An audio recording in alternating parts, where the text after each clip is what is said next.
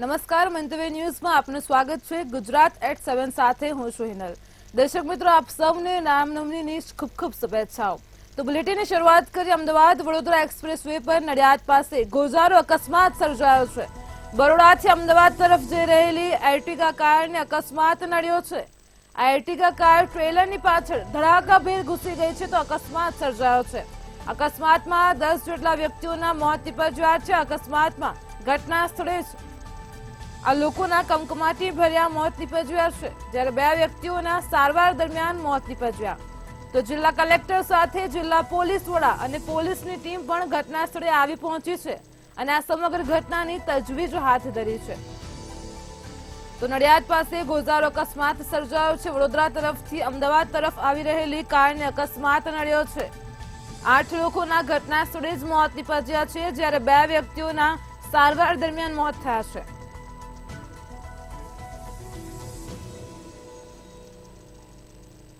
Ahmedabad Vadodara highway ઉપર જો ઘટના સામે આવી રહી છે, આપ ટીવી સ્ક્રીન પર દ્રશ્યો જોઈ શકો છો। નડિયાદ પાસે આ ઘટના બનવા પામી છે। તો ઘટના સ્થળે જ 8 વ્યક્તિઓના મોત થયા છે। ઘટનાને પગલે હાઈવે ઉપર ટ્રાફિક જામના દ્રશ્યો પણ સર્જાયા છે।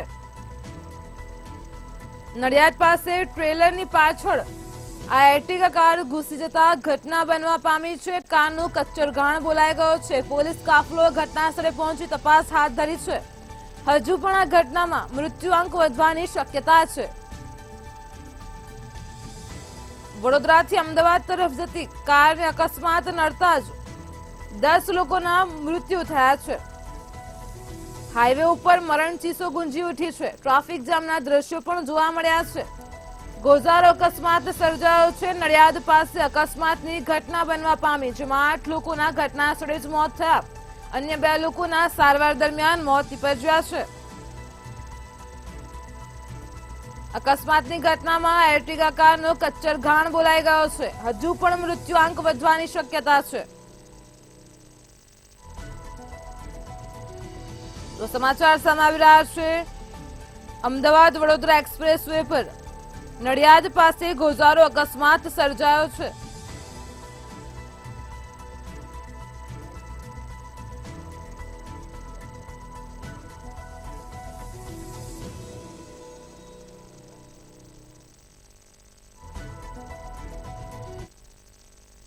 અર્ટિગા કાર ટેન્કરમાં પાછળથી અથડાઈ છે અને તાત્કાલિક નેશનલ હાઈવે ઓથોરિટી, જિલ્લા વહીવટીતંત્ર, જિલ્લા પોલીસ તંત્ર, મેડિકલની ટીમો બધા જ પહોંચી ગયેલા અને જે ઘટના બની એ ગંભીર છે, કારણ કે જગ્યા ઉપર જ 8 લોકોના ડેથ થયા છે। તાત્કાલિક બધાને રેસ્ક્યુ કરી 2 વ્યક્તિ જે જીવતા હતા એમને તાત્કાલિક એમ્બ્યુલન્સમાં નડિયાદ સિવિલ હોસ્પિટલ પહોંચાડેલા અને ત્યાં પહોંચતા ડૉક્ટર દ્વારા તેમને પણ મરણ જાહેર કરવામાં આવેલા છે। આમ આશરે 10 લોકોના દુઃખદ અવસાન આ ઘટનામાં થયેલા છે।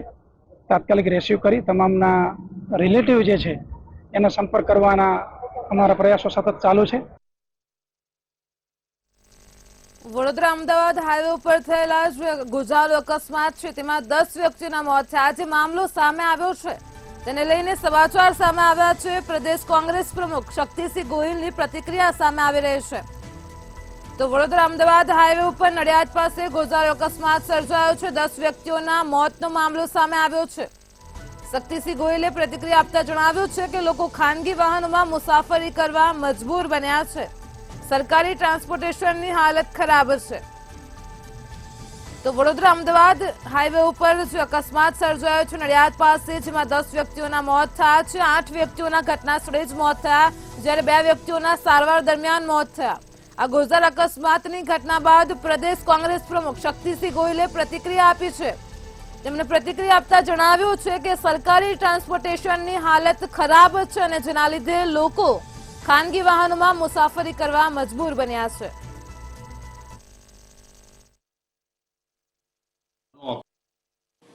અને 10 વ્યક્તિઓના એમાં મૃત્યુ થયા છે। આજે કારનો અકસ્માત નડ્યો છે, એ ગાડી 10 વ્યક્તિ બેસાડી શકે એવી કેપેસિટીની પણ નહોતી।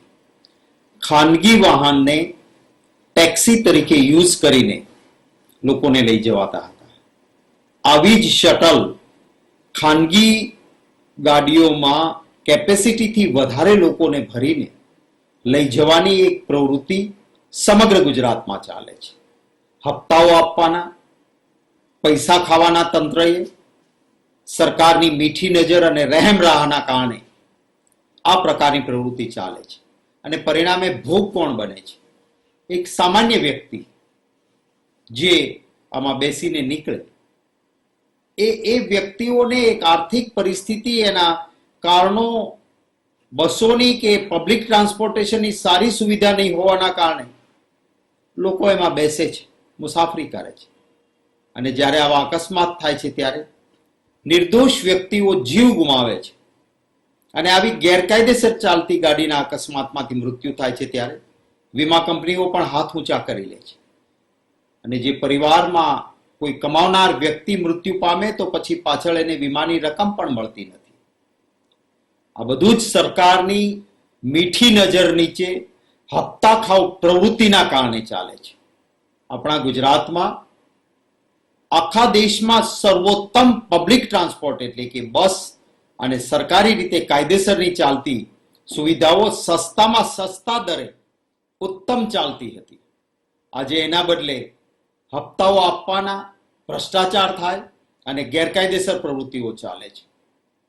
સરકારને અનુરોધ કરીશ કે સૌથી પહેલા તો આજે સામાન્ય પરિવારના 10 વ્યક્તિઓએ જીવ ગુમાવ્યો છે, એમને પૂરતી સરકાર સહાય આપે. કોઈ પણ નાણાંનું રાજ્યમાં આવેલા હવામાનના પલટા બાદ ફરી ગરમીનો પારો ઉચકાશે તેવી હવામાન વિભાગે આગાહી કરી છે. રાજ્યમાં વેસ્ટર્ન ડિસ્ટર્બન્સની અસર ઓછી થતા હવે ફરીથી રાજ્યમાં રેપઝેપ પરસેવો છૂટે તેવી ગરમી પડશે. તો રાજ્યભરમાં ફરી ઉત્તર પશ્ચિમથી ગરમ પવન ફૂંકાવાના શરૂ થતા ગરમીમાં એકાએક વધારો થશે. તાપમાનની વાત કરવામાં આવે તો છેલ્લા 24 કલાકમાં અમદાવાદ શહેરનું તાપમાન 41.3 ડિગ્રીએ પહોંચ્યું છે. રાજ્યમાં તમામ જિલ્લાઓમાં ગરમીની પ્રમાણ વધી રહ્યું છે ત્યારે ગઈકાલે રાજ્યના 9 શહેરોમાં પારો 41 ડિગ્રીને પાર પહોંચ્યો હતો. રાજકોટમાં પણ ગરમીનો પારો 43 ડિગ્રીને પાર પહોંચ્યો છે, જ્યારે મહુવામાં 43 ડિગ્રી સાથે રાજ્યનું સૌથી ગરમ શહેર બન્યું છે.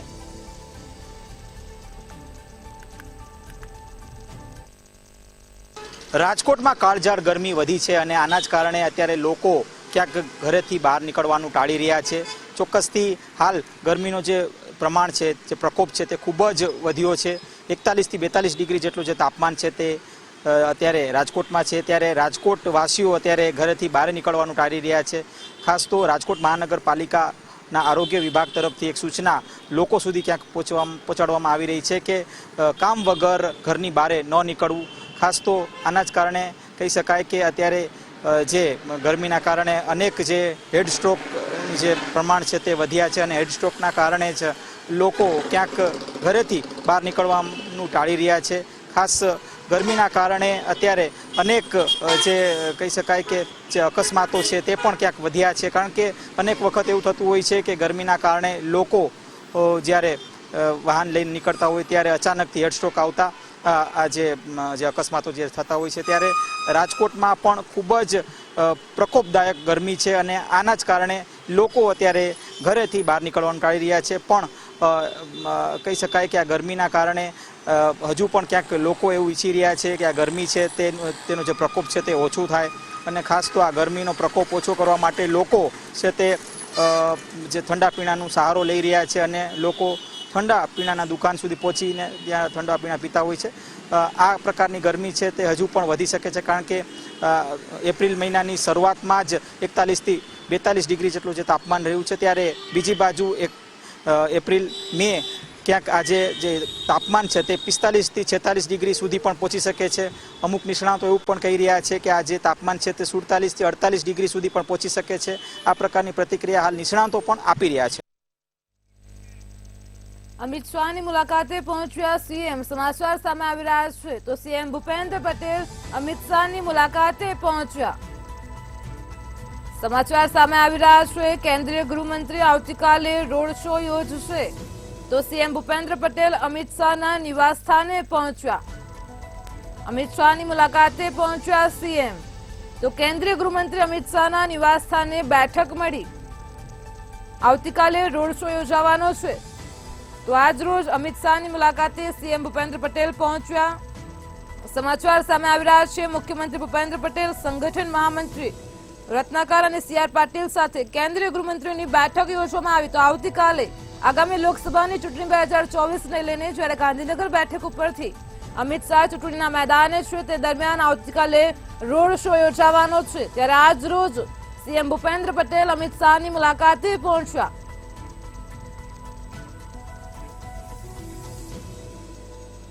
CM ભૂપેન્દ્ર પટેલ અમિત શાહના નિવાસ સ્થાને પહોંચ્યા। તો આજ મુદ્દે અમારી સાથે સંવાદદાતા જયેશ પાટડિયા લાઈવ જોડાઈ ગયા છે।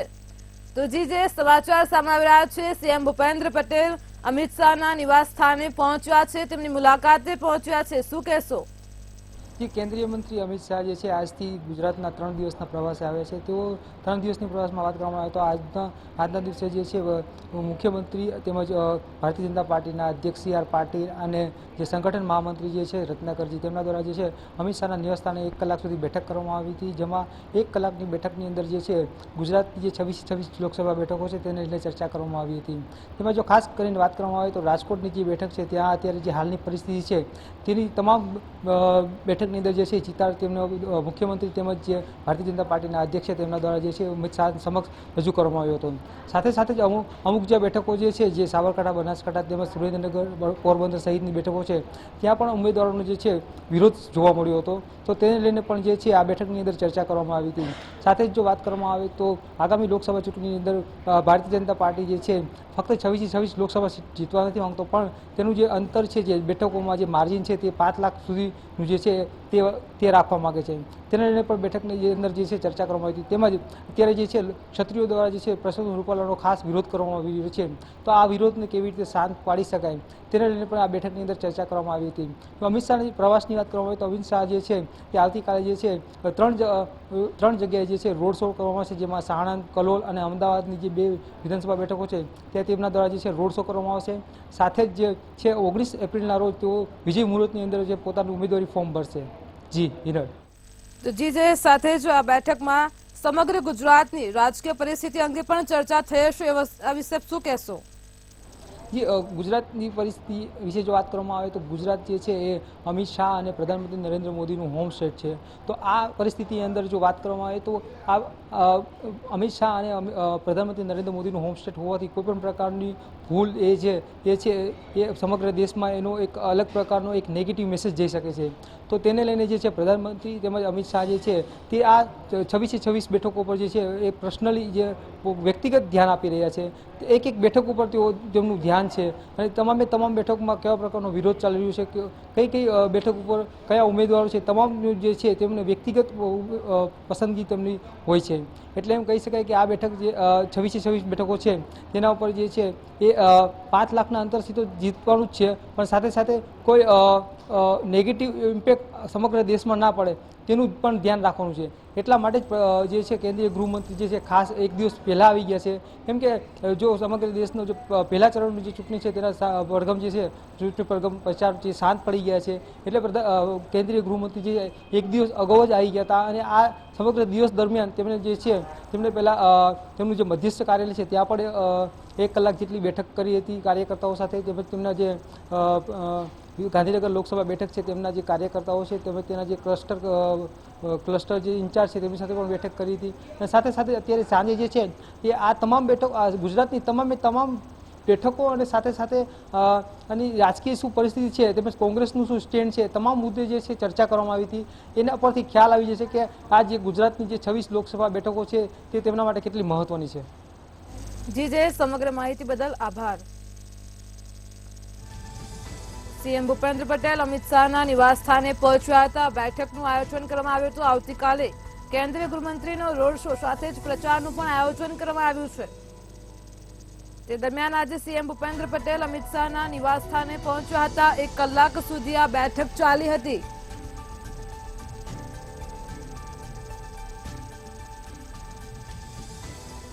તો કેન્દ્રીય ગૃહમંત્રી આવતીકાલે રોડ શો યોજશે, સાથે જ તેમના પ્રચારનું પણ આયોજન કરવામાં આવ્યું છે।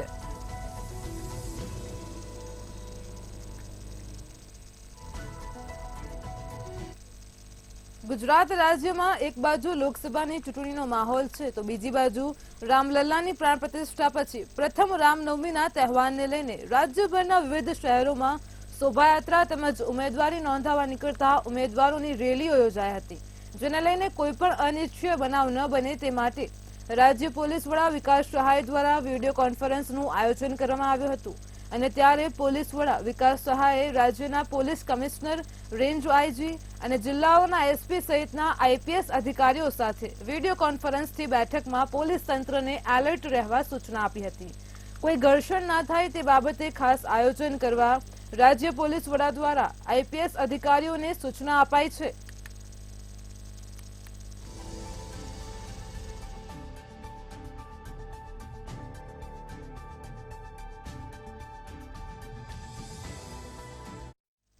ગાંધીનગરમાં રામનવમીની ઉજવણી કરવામાં આવી છે અને ત્યારે વિશ્વ હિન્દુ પરિષદ દ્વારા શાંતિભર સલામતીનું આયોજન કરવામાં આવ્યું હતું. ભારત મંદિરથી ભવ્ય શોભાયાત્રા નીકાળવામાં આવી હતી. ગાંધીનગરમાં યોજાયેલી આ શોભાયાત્રાના રૂટ જય શ્રી રામના નાદ સાથે ગુંજી ઉઠ્યા હતા. ભારત માતા સેક્ટર 7માં આજે સમગ્ર ગાંધીનગર શહેરમાં રામનવમીની શોભાયાત્રા કાઢવાનું આજે આયોજન કર્યું છે. દરેક સેક્ટરમાં, દરેક વોર્ડ દીઠ તમામ પક્ષના લોકો સાથે મળીને, તમામ ધર્મના લોકો સાથે મળીને અમે એક રથ શોભાયાત્રાનું આયોજન કરવામાં આવ્યું છે. એમાં હાથી, ઘોડા, પાલખીઓ, બેન્ડવાજાઓ, રથો, ભગવાનના રથો અને રામલલ્લાની જે અયોધ્યામાં જે મૂર્તિ છે એ મૂર્તિને અમે રથમાં સ્થાન આપીને અયોધ્યામાંથી અમે પાવડી લાવ્યા છે અને એ પાવડી સમગ્ર ગાંધીનગરમાં આજે અમારા રથમાં ફરી છે. અમદાવાદ પૂર્વ કોંગ્રેસ ઉમેદવાર ભગવાન રામના શરણે ગયા હતા. હિંમતસિંહ પટેલ રામનવમીના રોજ ભગવાન રામની પૂજા અર્ચના કરી હતી. કોંગ્રેસ ઉમેદવારે ભગવાન રામની આરતી ઉતારી હતી, ભગવાન પાસે પ્રાર્થના કરી હતી. તો હિંમતસિંહ પટેલે પોતાના ચૂંટણી પ્રચારના પણ શ્રી ગણેશ ભગવાનના આશીર્વાદ લઈને શરૂ કર્યા હતા. અમે રામાયણની અંદરથી જે ભારતીય સંસ્કૃતિ ની અંદરથી જે અમને આદર્શો મળ્યા છે, જે પ્રેરણા મળી છે અને જે આ દેશ અને દેશવાસીઓ રામ રાજની અપેક્ષા કરે છે અને રામ રાજની આજે પણ દેશોમાં તમામ પ્રજાજનો વાતો કરતા હોય, હું ભગવાન રામના ચરણોમાં નમન કરીને આજે હું અમદાવાદ કોંગ્રેસના લોકસભાના ઉમેદવાર તરીકે મારા ચૂંટણી પ્રચારના શ્રી ગણેશ કરું છું. મહેસાણાના ખેરાલુ શહેરમાં રામનવમી પર્વની ઉજવણી કરવામાં આવી હતી. દેસાઈવાડાથી રામલલ્લાની શોભાયાત્રાનું પ્રસ્થાન કરવામાં આવ્યું હતું. પોલીસના લોખંડી બંદોબસ્ત સાથે શહેરના જુદા જુદા વિસ્તાર જેવા કે સૂર્ય મંદિર, હાટોડિયા, ખારીકુઈથી ખોખરવાડા થઈ સાંઈબાબા પહોંચી શોભાયાત્રાનું સમાપન કરવામાં આવ્યું હતું. આ યાત્રામાં વિશાળ સંખ્યામાં રામ ભક્તો અને નગરજનો જોડાયા હતા. ઠેર ઠેર ભગવાન રામની શોભાયાત્રાનું સ્વાગત પણ કરવામાં આવ્યું હતું તેમજ લોકો દ્વારા પાણી તેમજ છાશનું વિતરણ પણ કરવામાં આવ્યું હતું. ખેરાલુમાં દર વખત રામનવમીના દિવસે ભવ્યાથી ભવ્ય રામનવમીની શોભાયાત્રા નીકળે છે. આ વખત પણ દર સાલના જેમ ખૂબ જ ભવ્યાથી ભવ્ય શોભાયાત્રા નીકળી.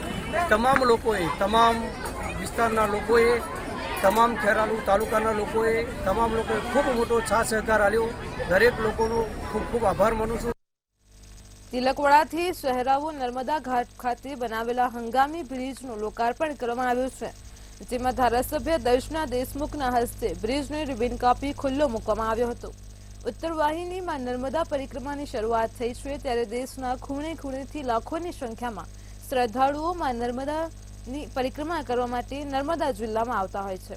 આ શ્રદ્ધાળુઓ સરળતાથી નર્મદા પરિક્રમા કરી શકે તે માટે વહીવટી તંત્ર તરફથી અનેક સુવિધાઓ ઉપલબ્ધ કરવામાં આવી છે. આ વર્ષે પણ માં નર્મદાની આ પરિક્રમાનો માર્ગ ભાવિક ભક્તોને અને યાત્રાળુઓને સરળતા રહે, સુગમતા રહે એ હેતુસર ગુજરાત સરકાર દ્વારા પણ એક હંગામી પુલ સ્વખર્ચે બનાવી આપવાની મંજૂરી આપી હતી અને એના ભાગરૂપે છેલ્લા 6 દિવસ એટલે કે 144 કલાકથી કન્ટિન્યુઅસ કામ કરીને 200 મીટર લાંબો માં નર્મદાની સામે કિનારે જવા માટેનો આખો એક હંગામી બ્રિજ તૈયાર કરવામાં આવ્યો છે.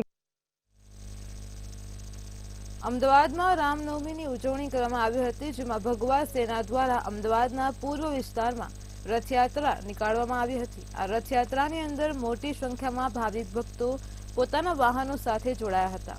તમામ લોકોએ ભગવાન શ્રી રામના જય જયકાર કરતા પૂર્વ વિસ્તારમાં રથયાત્રા નીકાળી હતી. અયોધ્યામાં ભગવાન રામના ભવ્ય મંદિર બાદ પ્રથમ વખત રામનવમીની ઉજવણી થતી હોવાથી સમગ્ર દેશમાં લોકોમાં ખુશીનો માહોલ જોવા મળી રહ્યો છે.